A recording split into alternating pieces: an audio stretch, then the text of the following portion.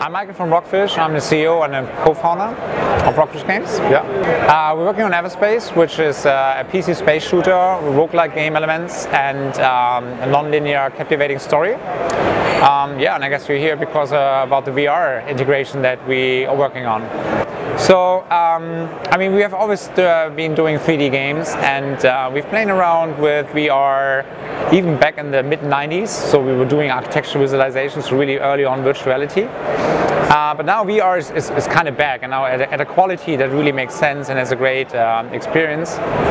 And we've testing the latest technology, I'd say about a year or so. And now with this brand new game, we really have something that has a great immersive experience. And at this point, we have implemented VR, so you can use it, you can play around with it. Still, if you do VR, you have to do it right. So get it up and running, that's done fairly quickly. But optimizing the frame rate for both eyes and UI and so on, that's a little bit more work. And we have to see how that goes. Since in Everspace, it's a very action-heavy space shooter. So it's not a sim.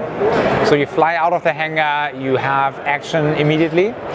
And we have a universe that is designed in a very, I'd say in a very pretty way. So we're staying away from realism. We understand that usually space is dark and it's bleak, but ours is very colorful. So simply beautiful to look at, which is why we are very excited about VR in particular, because you just look around and gaze and everything's cool and colorful. We know it's not real, but we think it's just great to experience. And since we have this great focus on action, it really feels like as if you are in the middle of the explosion, in the middle of the action.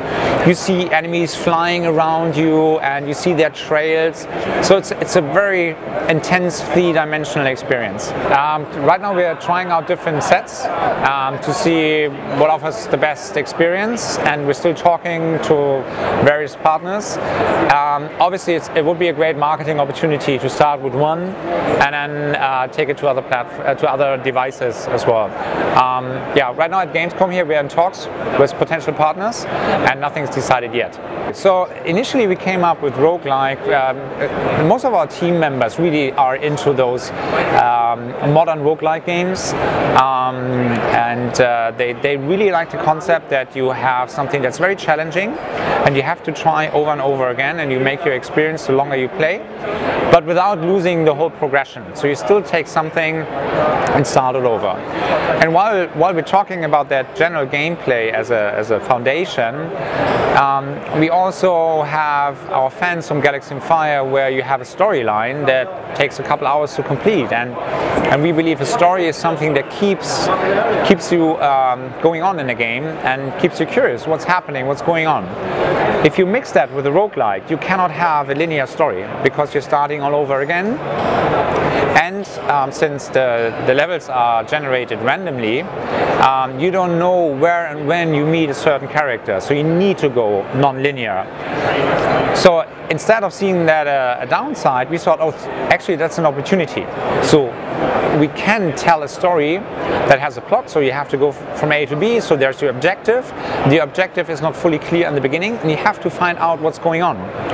And by a certain way of being reborn, I don't want to spoil too much at this point, so it will make sense to come back to life. You will have like kind of flashbacks, memories that will be told, and every time you die you have a flashback, and that explains a little bit of the greater puzzle. But also if you kill a boss, you will find certain bosses, and if you kill them you will also have a bit of the story told, and that connects together. You find out what's going on, and then events, those events lead to the big fight, the outcome at the end of the game. There's no multiplayer yet. We wanted to have a single player experience that's really nailed for two reasons. First, we believe there are not too many single players out there these days, so it's really everybody wants to have a multiplayer, and it's on all the publishers' checkboxes, and we understand that. but also there's a lot of competition that has great multiplayer space games like Star Citizen, Elite Dangerous, and so we said, well, if there is sim, if there are multiplayer, we do single player, full action and shorter gameplay, easy to pick up and play. However, we hear from the community there are a lot of people asking for multiplayer. If you do multiplayer, we could see a nice co-op that you do certain things together, like a wingman. We could even see that we share things, so that's something that we have in mind. So if you have a great run, if you have a cool game seed, the way that your roguelike game is, then you can share that with a friend. That is something that's, of course, that's not a multiplayer experience, but still you share the experience. This is how we approach that gradually.